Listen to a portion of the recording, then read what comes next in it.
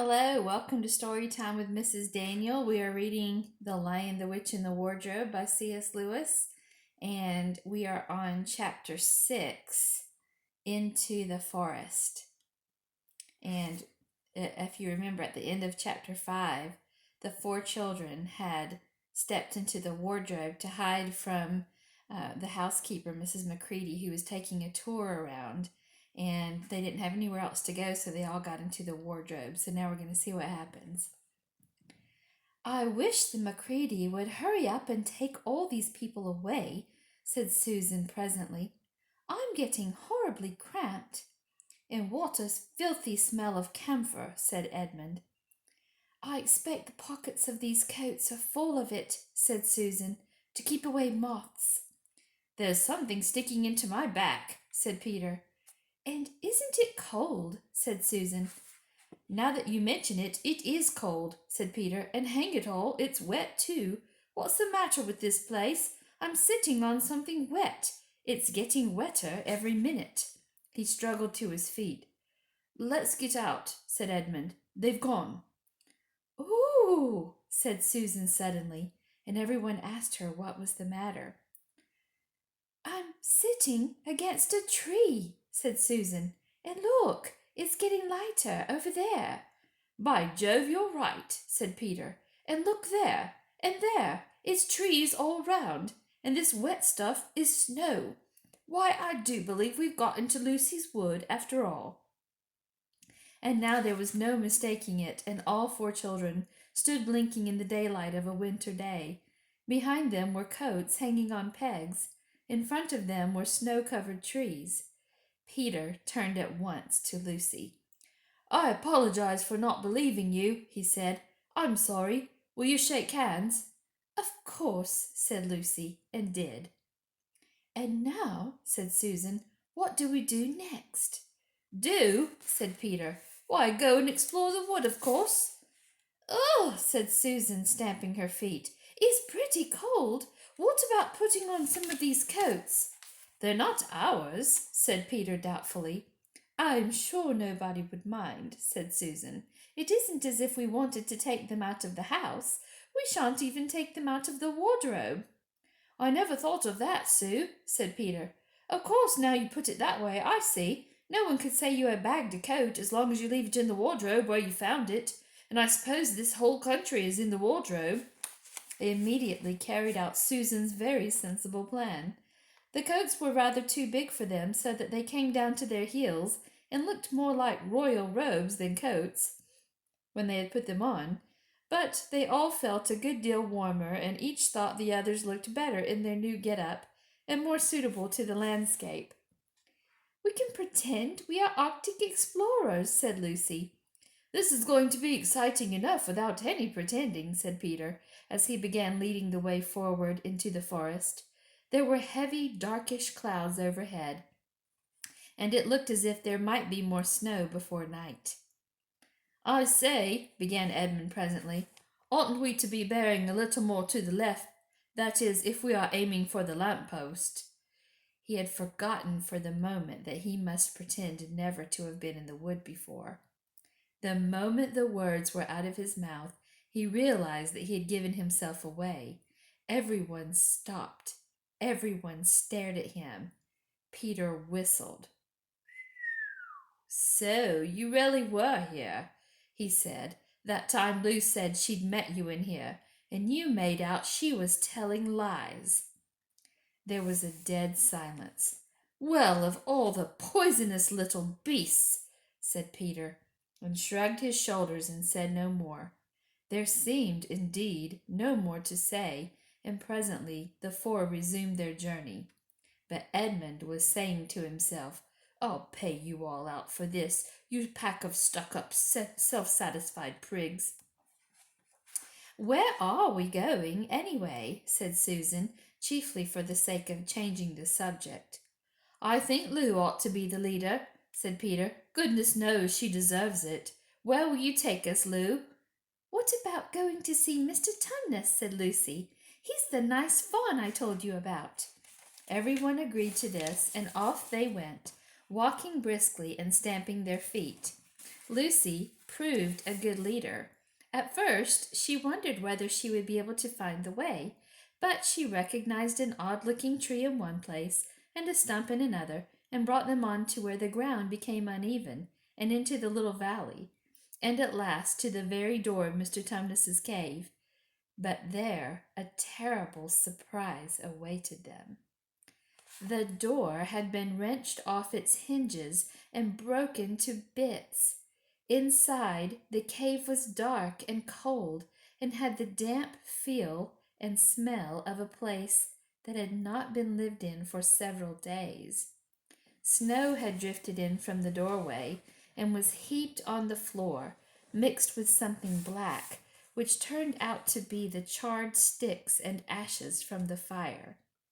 Someone had apparently flung it about the room and then stamped it out.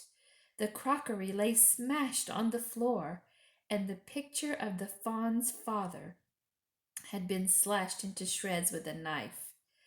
"This is a pretty good washout," said Edmund. "Not much good coming here." "What's this?" said Peter, stooping down. He had just noticed a piece of paper which had been nailed through the carpet to the floor. "Is there anything written on it?" asked Susan. "Yes, I think there is," answered Peter, "but I can't read it in this light. Let's get out into the open air." They all went out into the daylight and crowded round Peter as he read out the following words. "The former occupant of these premises, Fawn Tumnus, is under arrest and awaiting his trial on a charge of high treason against Her Imperial Majesty Jadis, Queen of Narnia, Chatelaine of Cair Paravel, Empress of the Lone Islands, etc., also of comforting her said Majesty's enemies, harboring spies, and fraternizing with humans. Signed, Fenris Ulf, Captain of the Secret Police. Long live the Queen." The children stared at each other. "I don't know that I'm going to like this place after all," said Susan. "Who is this Queen, Lou?" said Peter. "Do you know anything about her?" "She isn't a real queen at all," answered Lucy. "She's a horrible witch, the White Witch. Everyone, all the wood people, hate her. She has made an enchantment over the whole country so that it is always winter here and never Christmas." I wonder if there's any point in going on," said Susan. "I mean, it doesn't seem particularly safe here, and it looks as if it won't be very much fun either. And it's getting colder every minute, and we've brought nothing to eat. What about just going home?" "Oh, but we can't," said Lucy suddenly. "Don't you see? We can't just go home, not after this. It is all on my account that the poor fawn has got into this trouble. He hid me from the White Witch and showed me the way back. That's what it means by comforting the Queen's enemies and fraternizing with humans. We simply must try to rescue him." "A lot we could do," said Edmund, "when we haven't even got anything to eat." "Shut up, you," said Peter, who was still very angry with Edmund. "What do you think, Susan?"